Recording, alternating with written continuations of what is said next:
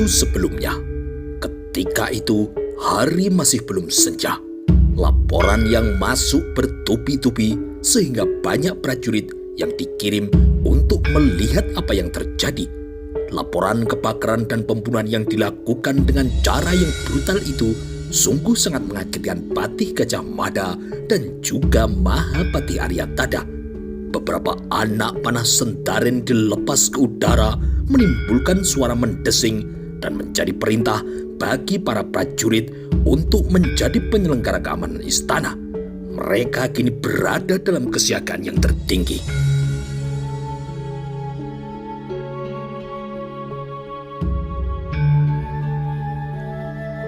Dari anjungan pengintai pintu di gerbang Purawaktra, Gajah Mada yang berdiri berdampingan dengan Mahapati Amangkubumi Aryatadha memperhatikan asap yang membubung tinggi dari beberapa arah. Dari segala penjuru kini terdengar kentongan yang dipukul bertalu-talu, merampas perhatian siapapun untuk menjadi waspada. Untuk melihat bagaimana api membakar beberapa rumah penduduk dengan menandai asapnya, Aryatadha memaksa dirinya untuk naik. Gajah Mada kini menuntunnya untuk meniti tangga batu merah.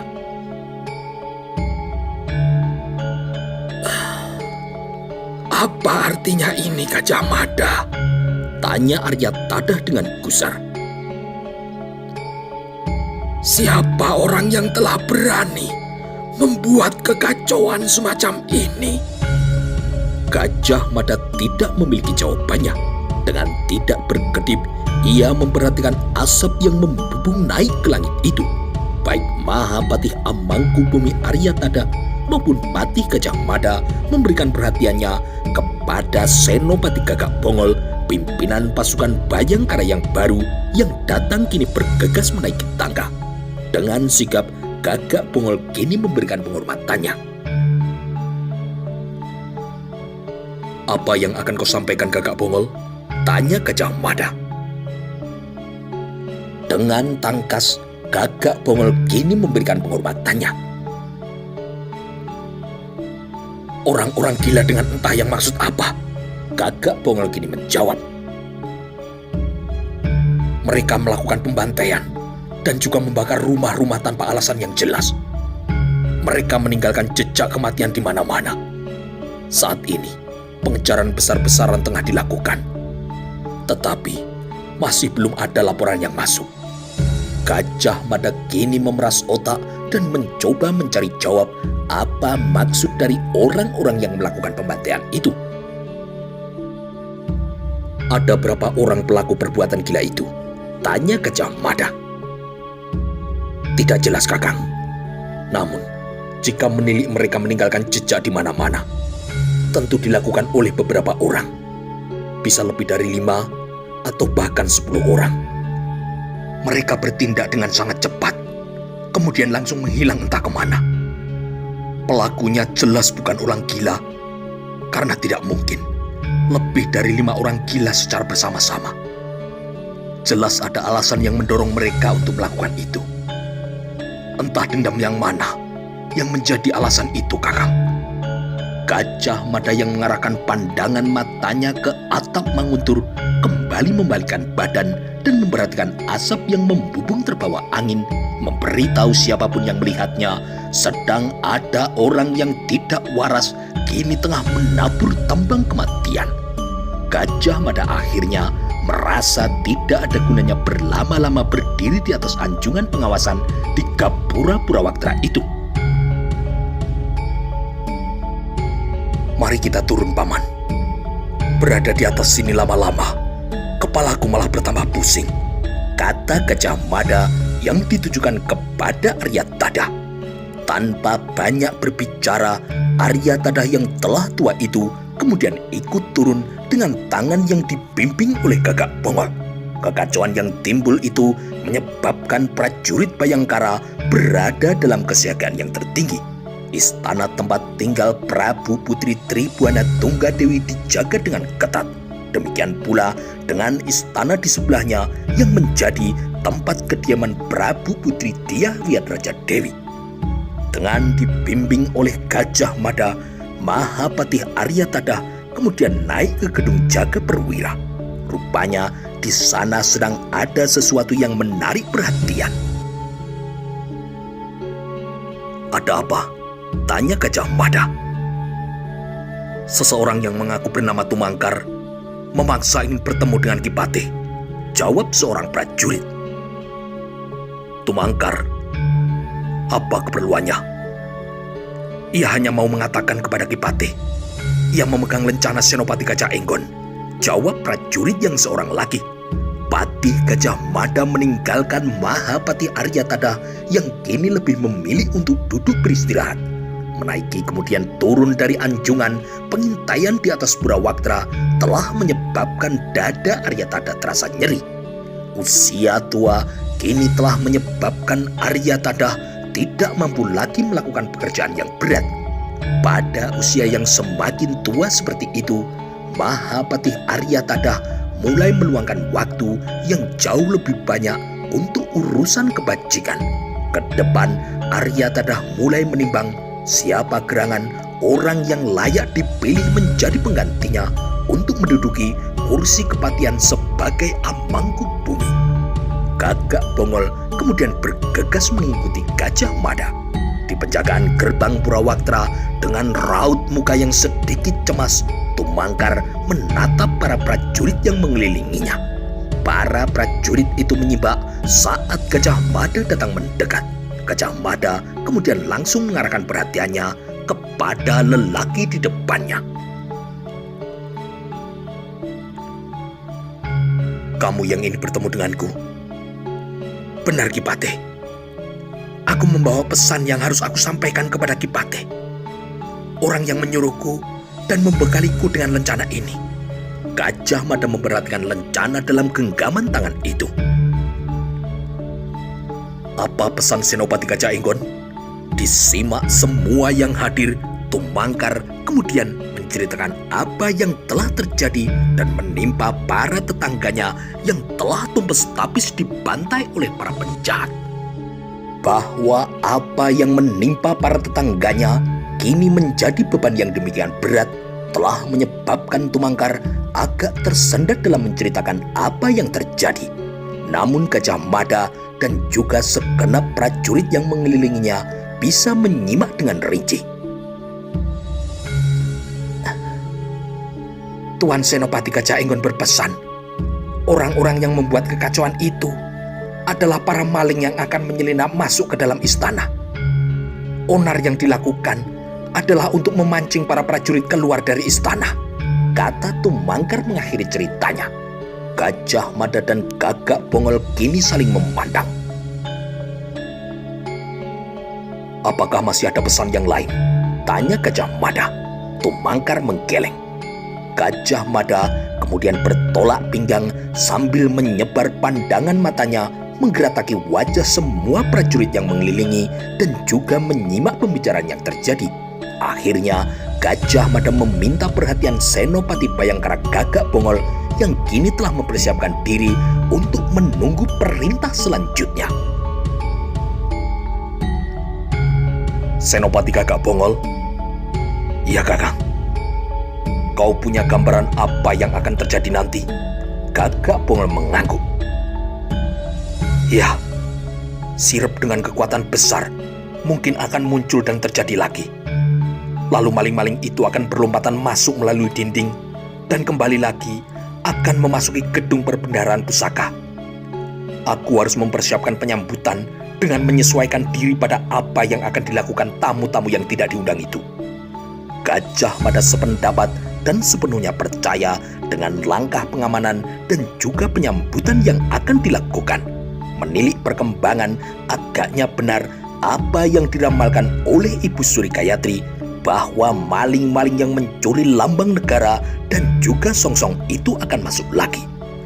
Maka demikianlah Senopati Gagak Bongol dengan ditemani Gajah Mada segera mengambil tindakan dan juga menggelar jebakan.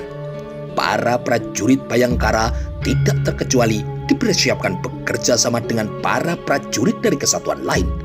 Hanya dalam waktu yang sangat singkat, menggunakan isyarat-isyarat tertentu yang telah mereka sepakati. Perintah itu kini telah tersalur ke segenap sudut ibu kota. Para prajurit yang melakukan pengintaian telah memahami apa yang harus dikerjakan. Senja yang merah kini mulai bergerak menuju gelap malam. Mahapatih Aryatadha kini mulai menandai keganjilan itu. Gajah Mada yang kembali ke Manguntur kini mendapati Aryatadha tengah berdiri di halaman sambil menengadah memindai sesuatu yang tidak kasat mata. Apakah kau merasakan dan juga memperhatikan itu, Gajah Mada? Tanya Aryatadha. Gajah Mada merasa tidak paham. Apa maksud paman? Perhatikan udara ini. Gajah Mada menyimak dengan seksama dan serasa mendadak datangnya. Bulu kuduknya kini mulai bangkit. Apa yang dirasakan Mahapatih Aryatadha benar. Memang ada sesuatu yang mengalir di udara yang tidak wajar. Udara yang mengalir ia rasakan terlampau sejuk dan meninabobokan. Tanpa harus menunggu waktu yang begitu malam, kekuatan sirep itu telah digelar, kata Aryatadha. Mendapati perkembangan yang demikian, Gagak Bongol kemudian bertindak dengan cekatan.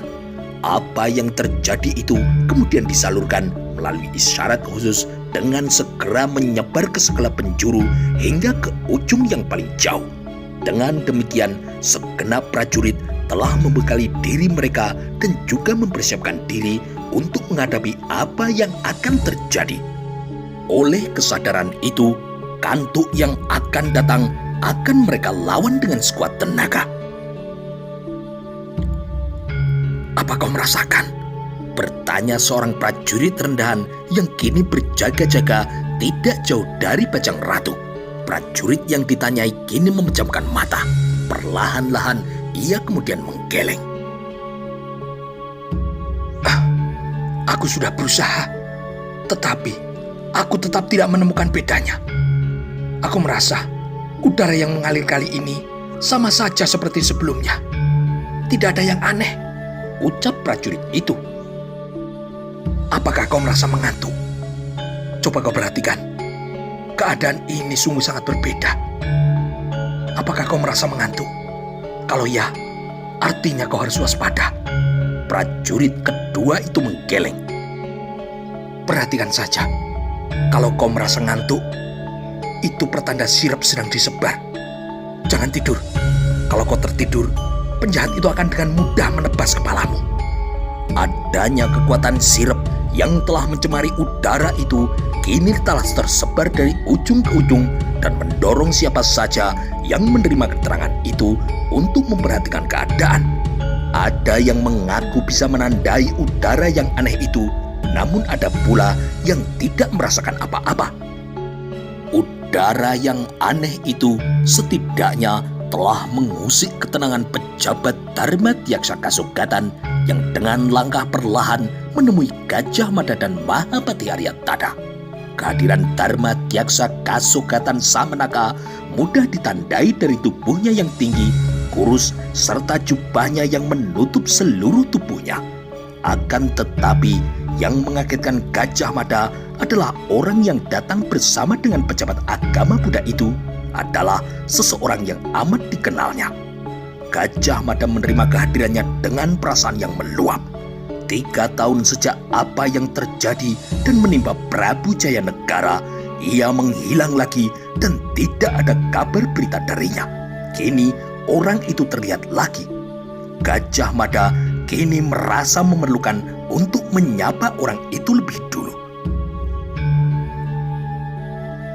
Dari melanglang buana kemana saja kau selama ini, Pancaksara? Gajah Mada bertanya. Pancaksara kini tersenyum dengan lebar. Ia merasa senang bertemu kembali dengan sahabat yang amat dikaguminya itu.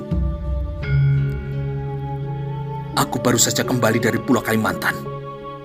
Ada banyak kisah yang akan aku ceritakan. Rasanya, meski berhari-hari aku bercerita, tidak akan cukup untuk menuturkan dari awal hingga ujung. Gajah Mada kini mengangguk dan mengerahkan hormatnya kepada Dharma Dyaksa Kasukatan Samenaka.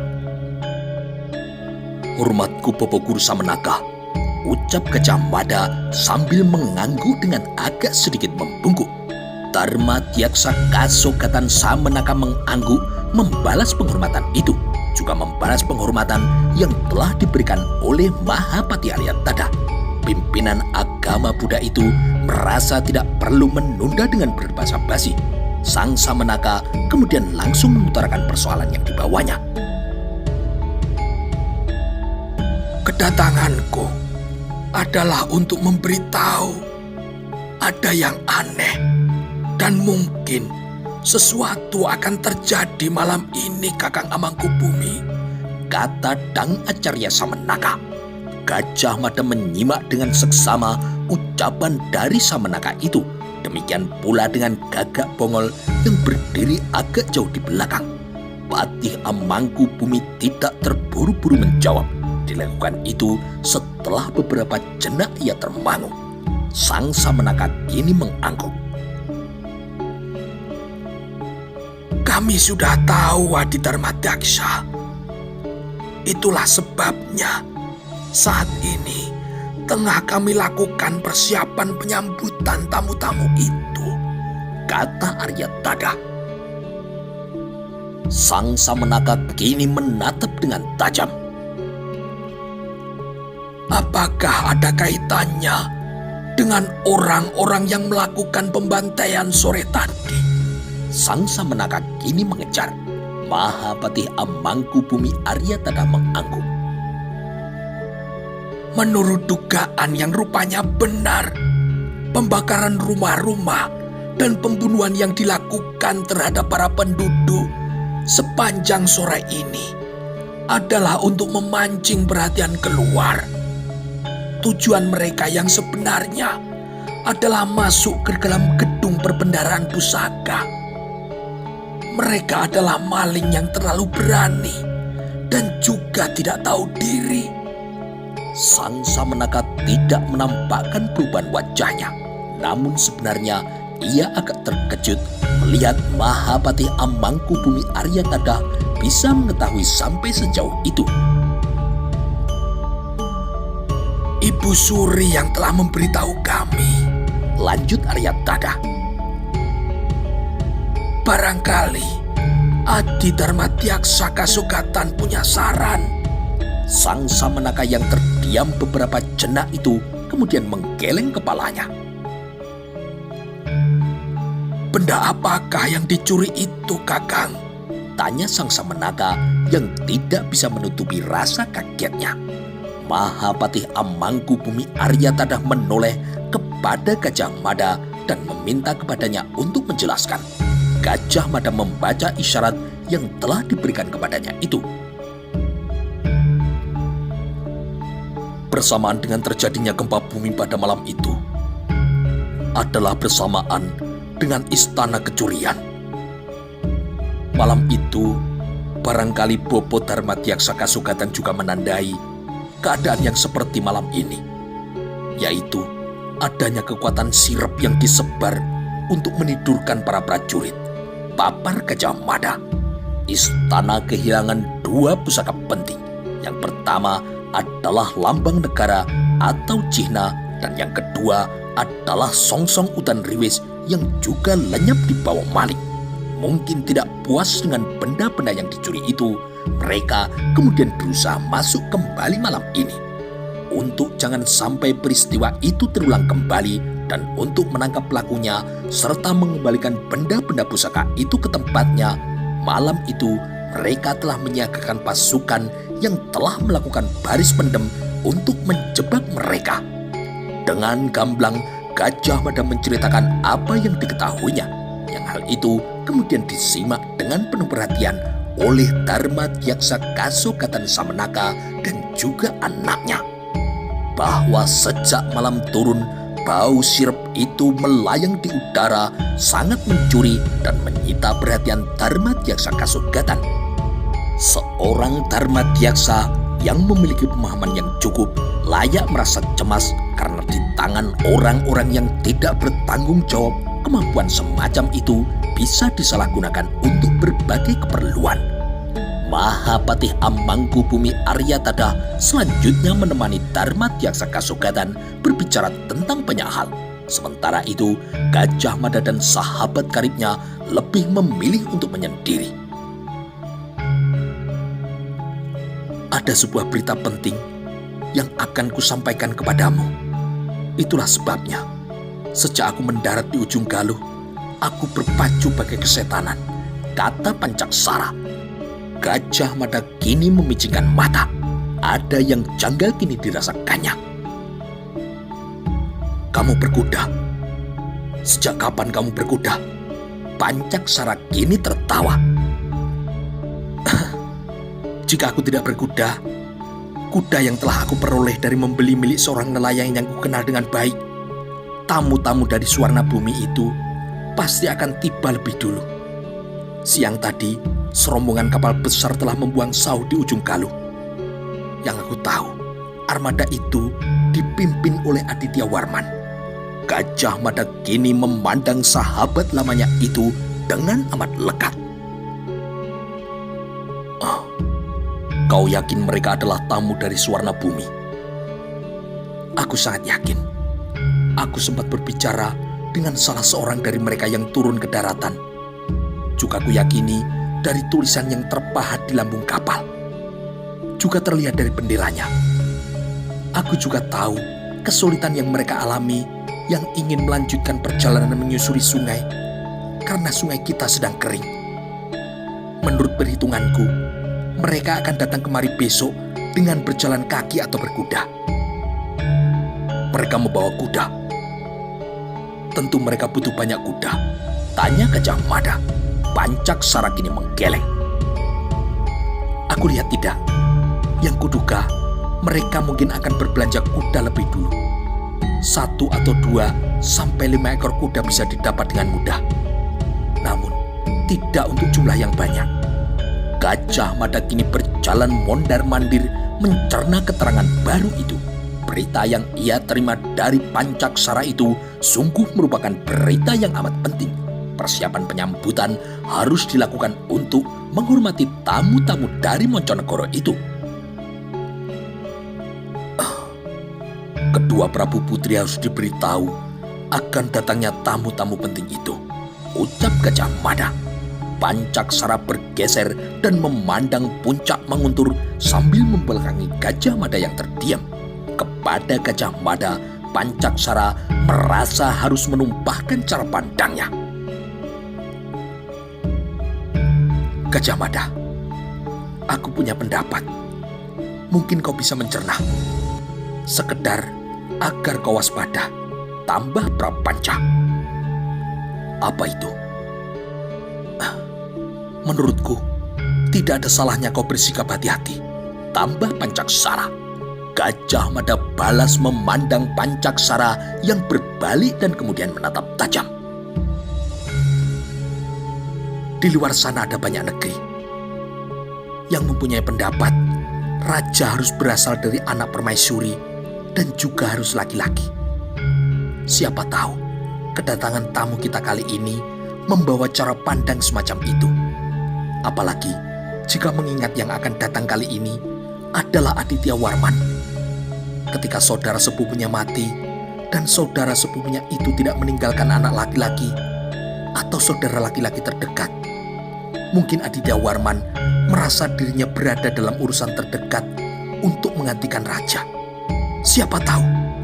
Gajah Mada kini berpikir dengan keras mencerna kemungkinan sebagaimana diuraikan teman dekatnya itu.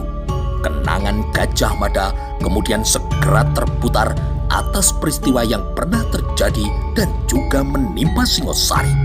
Kurang apa Sri Kertanegara pada waktu itu. Raja gelang-gelang keturunan Kertajaya yaitu Jaya Katuang ditempatkan di tempat yang terhormat. Anak laki-lakinya yang bernama Arda Raja diambil sebagai menantu dikawinkan dengan anak bungsunya. Akan tetapi, apa balasan dari kebahagiaan yang telah diberikan itu?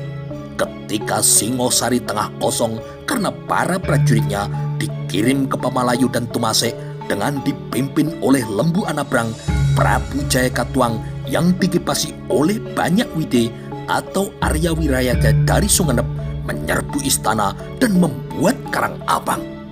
Nafsu keserakan untuk berkuasa telah mendorong Jaya Katuang dari gelang-gelang untuk sanggup menggempur Singosari. Jika lengah, serbuan memang bisa berasal dari tempat yang tidak terduga. Bisa dari musuh atau bisa pula dari sahabat yang sebelumnya mengaku teman sejati. Lalu, dengan latar belakang semacam apakah tamu-tamu yang akan datang dari Rana Swarna Bumi kali ini? Ada berapa jumlah kapal yang kau lihat? Tanya Gajah Mada. 10, jawab Pancaksara. 10. Muat berapa orang untuk setiap kapalnya? 200 orang? Ulang Gajah Mada. Pancaksara menggeleng lemah karena merasa tidak tahu jawabannya. Sebuah kapal bisa memuat 200 orang sudah cukup besar. Atau andai 300 orang sekalipun, berarti jumlahnya 3.000 orang. Dengan jumlah itu, sungguh terlalu berani jika berniat untuk menyerbu Mojopahit. Ucapnya kali itu. Bintang-bintang di langit yang terlihat sangat gemerlapan, bersih dan indah, membuat gelisah karena kerinduan justru sedang tertuju kepada mendung dan hujan. Gajah Mada yang tengah berpikir itu mendongak ke langit karena suara Cataka kini terdengar sangat menyayat. Burung yang minum dari tetes-tetes hujan itu rupanya sungguh sangat menderita. Akan tetapi burung Cataka itu segera menghentikan keluhan-keluhannya karena ada sebuah firasat kuat hujan akan turun di sebuah tempat. Maka dengan segera ia mengayuh udara melalui kepakan-kepakan sayapnya yang tidak berkesudahan. Burung Cataka itu rupanya tahu di ujung Galuh akan turun hujan. Majapahit membutuhkan kapal-kapal semacam itu, bahkan dengan jumlah yang cukup banyak, kata Gajah Mada. Pancaksara kini mengerutkan dahi.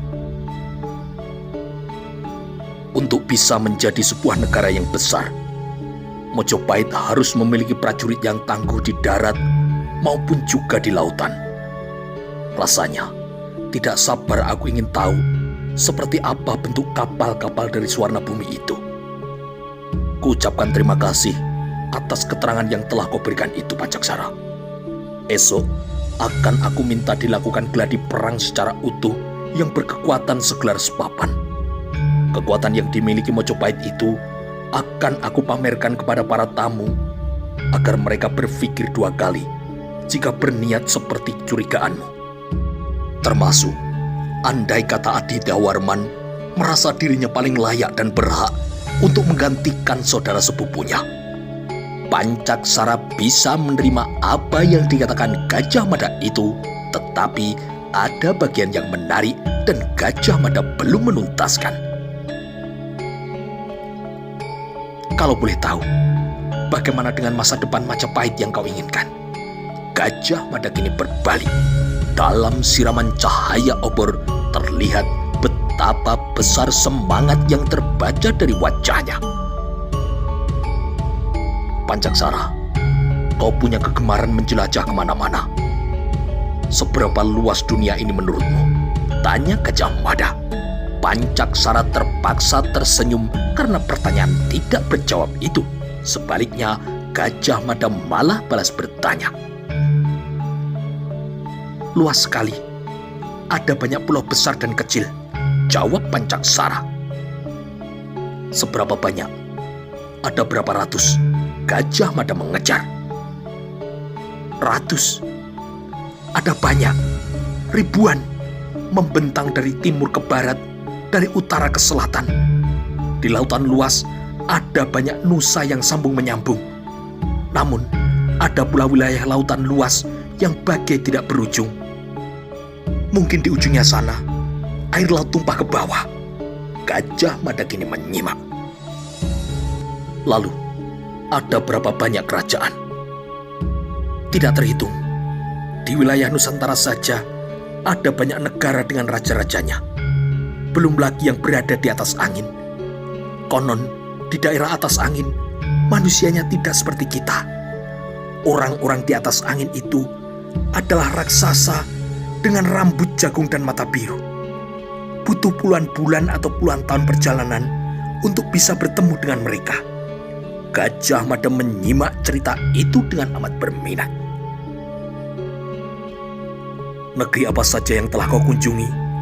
Atau setidaknya sudah kau ketahui Pancaksara? Tanya Gajah Mada. Ada banyak sekali.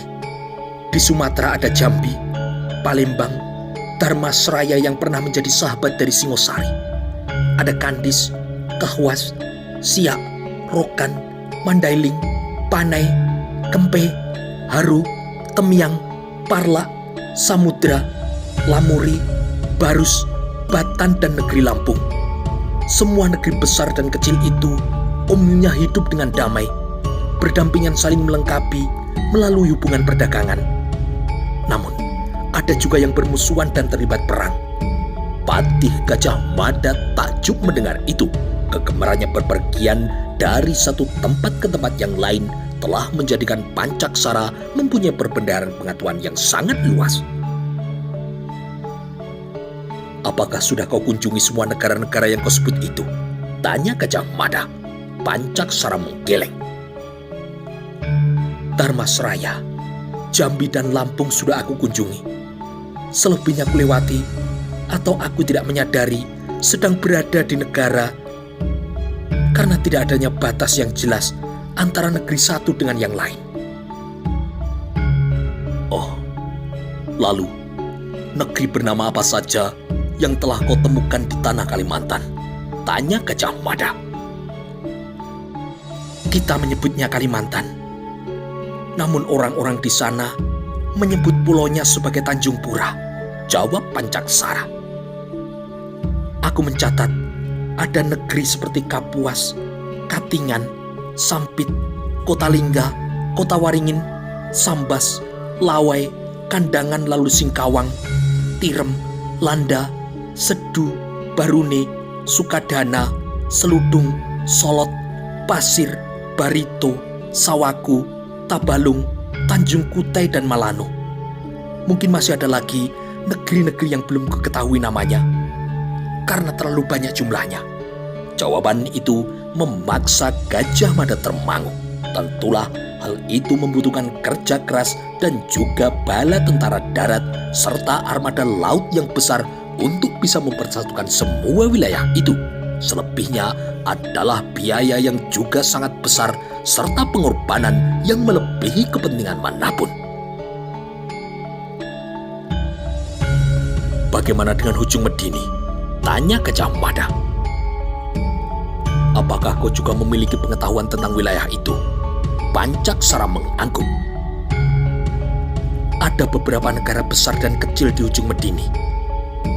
Ada Pahang, Langkasuka, Kelantan, Saiwang, Nagor, Paka, Muar, Dungun, Tumasek, Kelang, Kedah, dan juga Jerai.